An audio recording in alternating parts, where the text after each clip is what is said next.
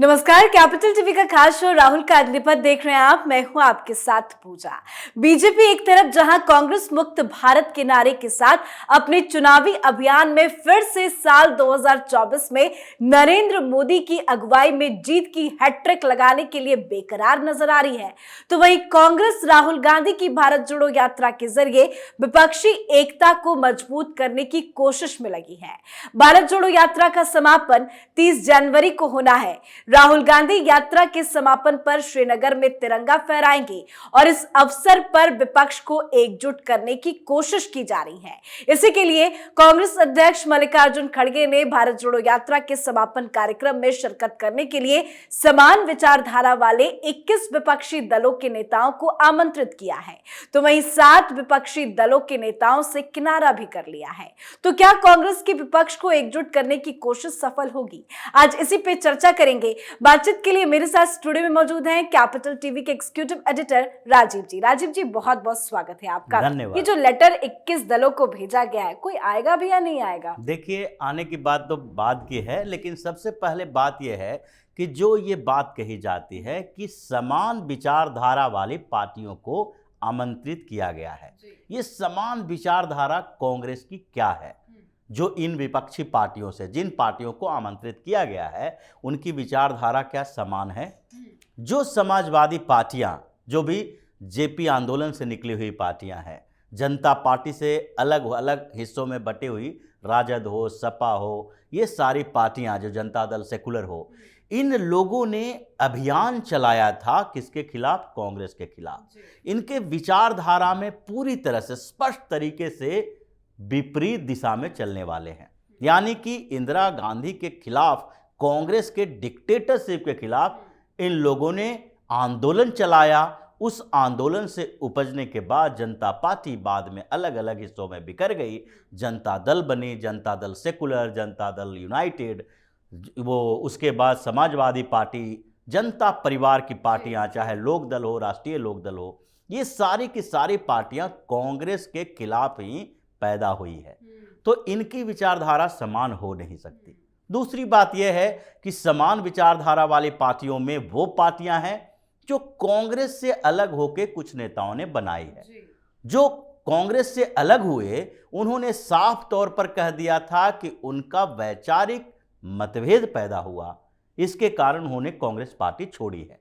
दो तरह के वैचारिक मतभेद थे, एक कांग्रेस की नीतियों से और एक गांधी नेहरू परिवार की नीतियों से। जैसे शरद पवार ने महाराष्ट्र में पार्टी छोड़ी और उन्होंने अपनी पार्टी बनाई, तो ऐसे में वो पार्टी किसके खिलाफ बनाई? कांग्रेस से अलग हुए और सोनिया गांधी के खिलाफ उन्होंने बगावत की थी। तो ऐसे में सोनिया गांधी, राहुल गांधी यानी गांधी परिवार के खिलाफ बगावत, दूसरी तरफ कांग्रेस के खिलाफ बगावत, तो वहां भी वो वैचारिक रूप से समान नहीं है। दूसरे स्तर पर अगर तृणमूल कांग्रेस की बात की जाए, वो ममता बनर्जी भी कांग्रेस से अलग हुई, ये भी कांग्रेस के उसी गांधी नेहरू परिवार से बगावत करके अलग हुई हैं और अपनी पार्टी बनाई है। तो समान विचारधारा तो है ही नहीं। हाँ, एक बात जरूर है कि कांग्रेस के समान विचारधारा वाली पार्टी कश्मीर में दिखाई पड़ जाएगी। जो समान विचारधारा की है, फारूक अब्दुल्ला की पार्टी हो या फिर महबूबा मुफ्ती की पार्टी हो, ये लोग अभी समान विचारधारा वाली पार्टियां हैं। क्योंकि कश्मीर में जो गुपकार गठबंधन चल रहा है, गुपकार गैंग जिसको आजकल बोला जा रहा है, ये गुपकार गठबंधन की पार्टियां, चाहे वहां के कम्युनिस्ट पार्टी हो या फिर महबूबा मुफ्ती की पीडीपी हो या फिर एनसी हो, फारूक अब्दुल्ला की, या कांग्रेस हो, ये सारी की सारी पार्टियां एक विचारधारा पे काम कर रही है और वो समान विचारधारा है कि पाकिस्तान को कश्मीर में एक बड़ी भूमिका दी जाए। भारत ने, जो भारत की सरकार ने 370 का एबोल्यूशन किया है, उसको कमजोर करके विशेष राज्य का दर्जा खत्म किया है, उसके बाद से ये लोग बौखलाए हुए हैं, इनकी विचारधारा समान हो गई है। यानी एंटी इंडियन जो भी व्यूज, ओपिनियन रहेंगे और जो भारत विरोधी विचारधारा रहेगी, वही इनकी समान विचारधारा है। इसलिए पार्टियां जो एक करने की कोशिश की जा रही है, उसमें विचारधारा का कोई लेना देना नहीं है। वो साफ तौर पर एक पॉलिटिकल गठबंधन है जिसको विचारधारा से नहीं, उनकी विचारधारा का एक पहलू है कि किसी तरीके से सत्ता के शीर्ष पर पहुंचे, कुर्सी पाए। अब ये 21 पार्टियों की बात जो कर रहे हैं, उसमें से ज्यादातर पार्टियां हैं जिनके साथ तो इनका पहले से भी गठबंधन है। 2014 में भी उनको आजमा चुके हैं, 2019 में भी आजमा चुके हैं। एनसीपी, कांग्रेस, ये महाराष्ट्र में तो दोनों पार्टियां साथ में ही रही। उसके साथ अब नए उभरते हुए सितारे वहां महाराष्ट्र के रहे हैं, इनके गैंग के, वो हैं कौन? उद्धव ठाकरे की पार्टी, जो पहले से ही बिखर के खत्म होती जा रही है। उद्धव ठाकरे ठोकरे खा रहे हैं कि बचे खुचे विधायक सांसद जो हैं वो भी चुनाव से पहले उनके साथ रहेंगे, या फिर वो दोनों बाप बेटा रहेंगे और साथ में राज्यसभा का एक सांसद वो ही रहेगा डफली बजाने के लिए, जो संजय राउत है भोपू बजाने के लिए रहेगा। वो कह रहे हैं कि वो जाएंगे वैसे। बिल्कुल वो जाएंगे, क्योंकि उनको तो राहुल गांधी और शरद पवार से प्रेम है।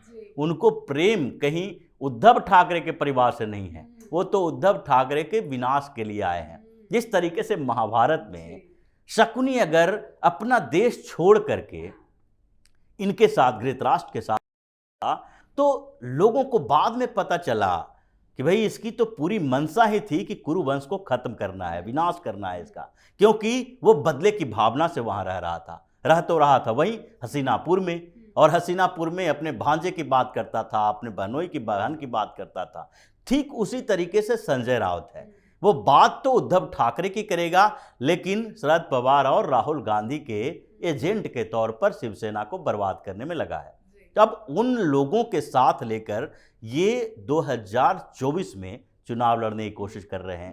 पूरे जो जम्मू कश्मीर है उसमें पीडीपी और नेशनल कॉन्फ्रेंस दोनों पार्टियों के खिलाफ अब लोग एकजुट होने लगे हैं। उस गैंग के साथ रह के ये जम्मू कश्मीर की सीटों पर चुनाव लड़ेंगे, जहां पर अब डिलिमिटेशन के बाद इनके लिए जगह नहीं है। वहां की जो, ऐसा नहीं है कि घाटी के क्षेत्रों में, यानी कश्मीर घाटी में भारतीय जनता पार्टी और दूसरी छोटी पार्टियों का अधिकार नहीं है, वर्चस्व नहीं है, वो भी बढ़ रहा है। कश्मीर से भी अब ये तीनों पार्टियां आउट होने वाली है। जहां तक बात नॉर्थ इंडिया के कुछ जगहों की है, तो जहां जहां ये हैं, चाहे सपा हो या फिर बिहार में जदयू हो, जो नीतीश कुमार खुद ही महत्वाकांक्षा पाले बैठे हैं, इसीलिए उन्होंने भारतीय जनता पार्टी का साथ छोड़ा कि अब वो आगे पीएम का उम्मीदवार बनेंगे। ये उसी तरह से राहुल गांधी की तरह वो भी भारत यात्रा पर निकलने वाले हैं, बजट सेशन के बाद उन्होंने अनाउंस कर दिया है। तो ये लोग एकजुट होकर तो 2 चुनाव देख चुके हैं, अब तीसरी बार की बारी है। और ये लोग, इनमें से 21 पार्टियों में से ज्यादातर ऐसी पार्टियां हैं जिसके नेता ये मान चुके हैं कि अपने इर्द गिर्द भी अगर राहुल गांधी को भटकने दिए तो उसका भी सर्वनाश हो जाएगा। जैसे अखिलेश यादव हैं, वो आजमा चुके हैं राहुल गांधी को, यूपी के 2 लड़के, और यूपी के 2 लड़कों के चक्कर में अखिलेश यादव का अपना बचा खुचा वोट बैंक जो था वो भी चला गया। राहुल गांधी जिसके साथ भी जाएंगे, बिहार में जानते हैं नीतीश कुमार कि राहुल गांधी अगर महागठबंधन की रैली में शामिल हो गए तो बिहार में 5% वोट एक रैली के साथ ही खत्म हो जाएगा।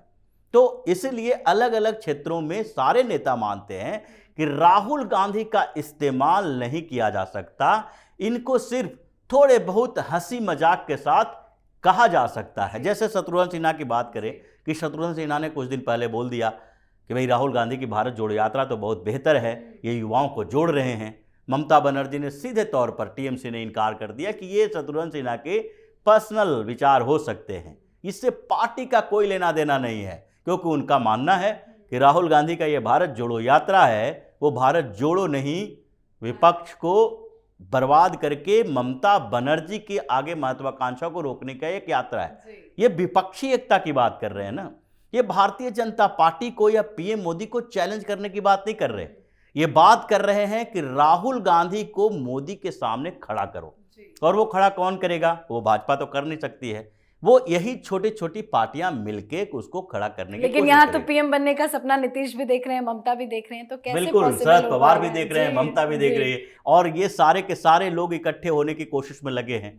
अब ममता बनर्जी हो या नीतीश कुमार हो, सामने से तो राहुल गांधी के आमंत्रण पर ऐसा नहीं कह सकते कि भाई तुम्हारा आमंत्रण मिला, हमको बहुत दुख हुआ है इसलिए तुम्हारी यात्रा में शामिल बस थैंक यू कह सकते हैं, भाई थैंक यू कह सकते हैं। लेकिन शामिल होने वाले वही लोग रहेंगे जो उनके इर्द गिर्द रहा करते हैं। अब जम्मू कश्मीर में समापन करेंगे तो महबूबा हो ही सकती है, अब्दुल्ला हो ही सकता है, लेकिन दूसरी पार्टी के जिन पार्टियों को इन्होंने आमंत्रण दिया है उसमें से इन्हें गिने चुने हुए एक दो पहुंच गए तो वो गनीमत है, वो भी राहुल गांधी के कारण नहीं, दूसरे स्तर के नेताओं लेकिन के यूपी में ना निर्देश। अखिलेश पहुंचे, ना मायावती, ना जैन, तो वो कश्मीर तक जाएंगे क्या? बिल्कुल नहीं जाएंगे, क्योंकि इन लोगों को लगता है कि अगर कांग्रेस के साथ दिख गए, राहुल के साथ दिख गए तो मेरी अपनी छवि खराब हो जाएगी। खैर वो तो 30 तारीख को पता चलेगा कि कौन पहुंच रहा है, नहीं पहुंच रहा है, लेकिन 7 ऐसी पार्टियां हैं, ऐसे बड़े बड़े चेहरे हैं जिससे राहुल गांधी ने किनारा कर लिया। केजरीवाल हैं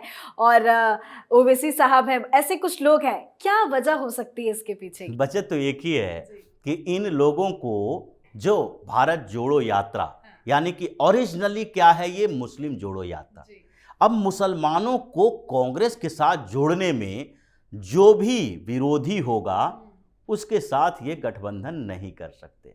ओवैसी मुस्लिम पार्टी है, ओवैसी की पार्टी AIMIM का पूरा विचार, पूरा आधार ही मुसलमानों का है, यानी मुसलमान का वोट ही चाहिए।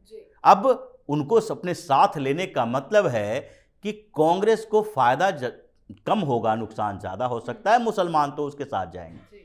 उसी तरह से अरविंद केजरीवाल अभी कांग्रेस के लिए ताबूत में आखिरी कील का काम कर रहा है।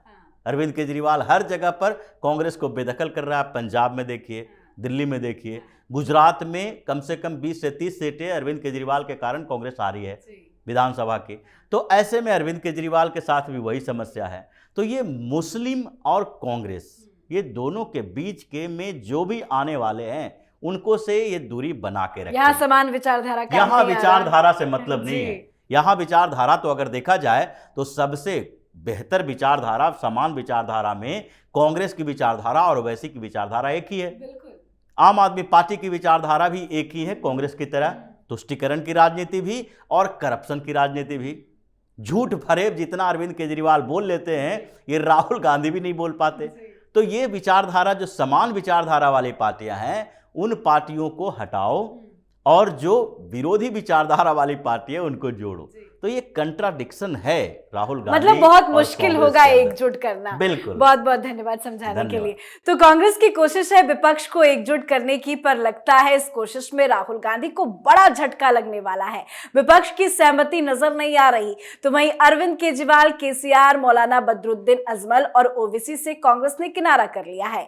पर जिनको न्योता भी दिया गया है वो भी एक एक कर राहुल से किनारा करते हुए नजर आ रहे हैं, जिससे साफ समझ में आ रहा है कि कांग्रेस की विपक्षी एकता की मुहिम नाकाम साबित होगी। विपक्षी एकता पर आप अपनी राय कमेंट करके जरूर लिखें। देखते रहिए कैपिटल TV। नमस्कार।